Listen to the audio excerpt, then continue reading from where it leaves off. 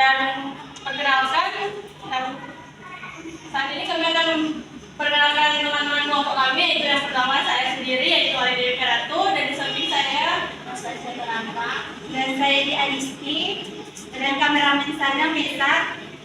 Saat ini kami akan mempresentasikan tadi Kubitus, dan ini akan membawa bacanya ya jadi, tapi sebelum membaca kami akan membaca brosur.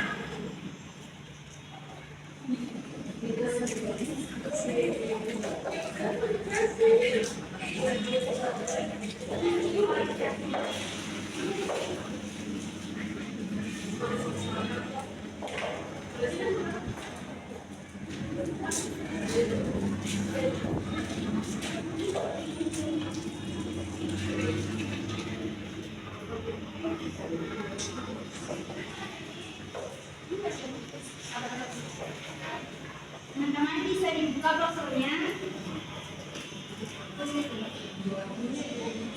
Seperti yang ada di brosur, apa sih itu Dekubitus? Bukan Dekubitus itu atau biasa yang disebut kultus Dekubitus adalah kerusakan jaringan pada kulit akibat penekanan dalam waktu yang lama. Ini bisa terjadi pada pasien stroke yang mengalami kelumpuhan yang hanya bisa berbaring di tempat tidur, atau pasien dengan kelumpuhan saraf yang kelenjarnya bisa berada di tempat tidur. Bagian tubuh yang rentan mengalami lupus itu pada posisi telentang itu biasa digelar tulang kepala, bahu, siku, tulang ekor, dan pada tumit. Sedangkan di posisi miring biasa terjadi di telinga, bahu, siku, panggul, paha, kaki, dan tumit. Dan di posisi tengkorak itu pada siku, bagian dada, paha, lutut, dan jari kaki. Gejala Dekubitus itu biasa berdasarkan terbagi dari beberapa derajat, yaitu seperti di derajat pertama yang digambar itu perubahan warna kulit seperti kemerahan pada orang berkulit putih dan lebih gelap pada orang berkulit gelap, dan ketika disentuh itu dia terasa hangat dan sedikit kasar. Dan untuk derajat 2, luka lecet agak terbuka dan bisa disertai luka. Dan derajat ketiga, luka semakin dalam disertai dengan adanya nanah. Di sini yang cara pencegahan teman-teman bisa dilihat di brosur. Yang pertama itu melakukan perubahan posisi seperti miring kanan dan miring kiri. Nah, dan yang kedua itu memberikan bantalan pada bagian tubuh yang menonjol. Dan yang ketiga paling terakhir yaitu menggunakan kasur anti Dekubitus seperti kasur angin. Teman-teman kan tahu pasti yang kasur angin itu semacam yang bagaimana?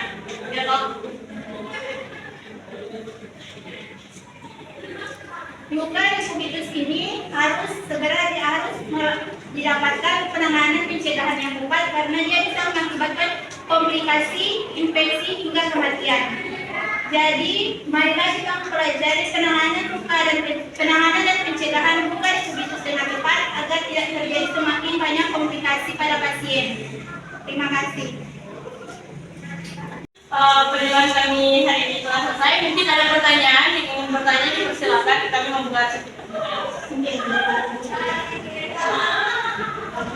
Kedepannya, bagaimana cara mengobati Pada pengobatan lupus Dekubitus ini dapat diberikan dengan pemberian bahan topikal seperti lotion atau minyak kelapa yang hijau itu pada luka. Baru bisa juga dengan mengurangi tekanan pada bagian tubuh itu agar tidak terjadi kerusakan lebih pada kulit dan jaringan. Dan baru bisa juga dengan cara mengatasi infeksi. Kan biasa selalu terjadi infeksi itu pada terluka, jadi kalau mengatasi dulu infeksi itu. Baru habis itu bisa juga dengan menjaga kan itu kulit kan selalu rusak, selalu ada luka, jadi kalau bisa bersih luka menjaga itu kebersihan dan supaya ulang datang. Selanjutnya ada yang bertanya? Di sini kan ada bilang harus melakukan perubahan posisi. posisi diri kiri atau diri kanan. DP perubahan posisi itu setiap berapa jam sekali? Baik, saya akan menjawab. Dilakukan tiap 2 jam, kecuali saat berhalangan. Perubahan dilakukan dalam 5 sampai 6 jam. Jelas? Selanjutnya ada yang bertanya lagi. Saya bertanya apa komplikasi yang mungkin terjadi akibat penyakit ubiquitis. Komplikasi yang bisa terjadi akibat lupus decubitus ini yang pertama adalah kerusakan kulit. Luka tekan biasanya terjadi pada tonjolan tulang dan di mana sirkulasi aliran darah itu bisa terbatasi. Jadi yang terkena itu sering mengalami kerusakan kulit yang signifikan di mana jaringan nekrotik menciptakan luka terbuka. Yang kedua itu bisa terjadi selulitis. Selulitis ini infeksi kulit pada jaringan lunak yang menyebabkan rasa sakit luar biasa dan perut membengkak. Yang ketiga bisa terjadi infeksi tulang dan sendi yang dapat merusak tulang rawan dan jaringan, dan keempat itu menyebabkan gangrene, di mana itu adalah kematian jaringan tubuh karena tidak mendapatkan asupan darah pada waktu yang lama. Terima kasih. Sudah jelas? Baiklah, penjelasan kami hari ini telah selesai dan kami mengucapkan terima kasih kepada teman-teman yang sudah meluangkan waktu. Mohon maaf jika kami ada salah kata dalam penjelasan kali ini. Selamat siang, terima kasih.